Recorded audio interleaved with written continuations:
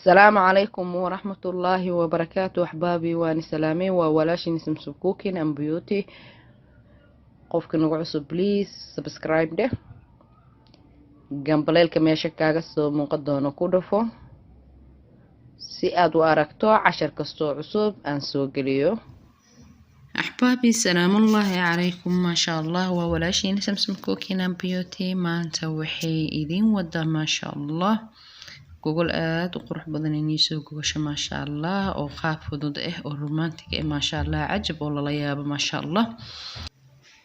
marka ma sha Allah sidaan quruxda badan oo ku soo baxda insha Allah waan soo hagaajin doonaa marka aan soo hagaajiyo hadda markaan soo hagaajiyo waa idin soo hormariyay ma sha Allah sida markaan hagaajisan qurux badan ku soo baxday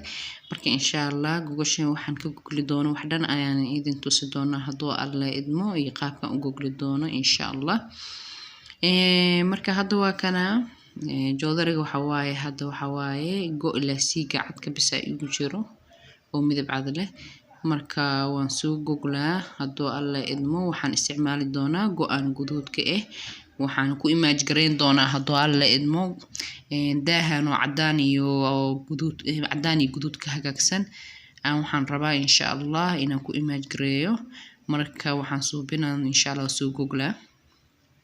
marka duwa kana waa soo goglay ugu horeynta guduudkan ku soo goglay ma sha Allah marka waxaan suubinaa afar barkin oo soo saaraa laba guduudkii foodarahooda wataan labana waxa waaye cad waaye foodar cad waaye marka si ay qurux badan u soo baxdo marka waa kana waan soo saartay labada kumidiina waxa ay saaran ma sha Allah laba shay oo cad ma sha Allah fiyoorihi guduud si uu isku soo baxo marka dago ay cadaankana waa dhinacan ka soo galiyay ma sha Allah waa kana dhinac gees ahaan aan u galiyay go kale oo cadaan marka barkimihi laba oo cadaan ma sha Allah iyo gadaal amarsiiyay iyo barkimaha guduudka waa kana aad iyo aad si qurux badan isku soo baxeen marka waan soo qurxin doonaa insha Allah go'a cad kurkiisan qurxin doonaa waan isla arki doonaa sida aan u hagaajiyo hadoo Alle idmo hadda marka waan qurxinaa marka waa kana walaalayaal waan soo qurxiyay ma sha Allah F iyo love iyo sa ma sha Allah waa magaca xaajiga iyo aniga ma sha Allah marka sidaan quruxda badan oo ku soo baxay marka halkaan roog oo guduudan aan dhigtay qaybta kalena waxaan saaray roog kale asagana cadaan xig marka aan soo qurxiyana ma sha Allah waxaan soo saaray barkintan yar oo decoration ahaan oo si aan ugu qurxiyo darteeda meesha u soo saar ma sha Allah halkaan marka waxa waaye roog kale oo cad meeshan yaalo ma sha Allah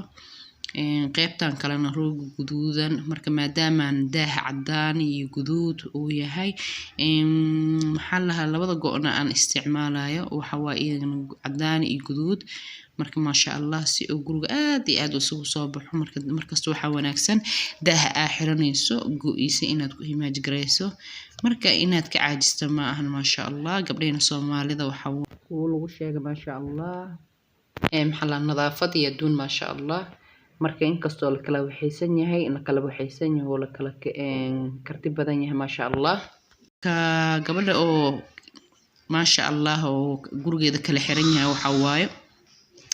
isbuuc iyo ugu bedeshaa marka ma sha Allah sidaan quruxda badan oo ku soo baxay ajab ma sha Allah markasta waxaan jeclahay ma sha Allah gabdhahayga rabo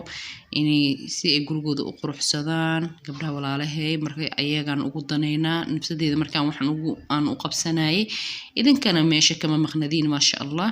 marka saantan quruxda badan oo ajabka aan laga sheekay karin waa kaasa waa idinkana waad arki doontaan marka ahbaabi sidaas iyo nabadgelyo assalaamu calaykum waraxmatullaahi wabarakaatuh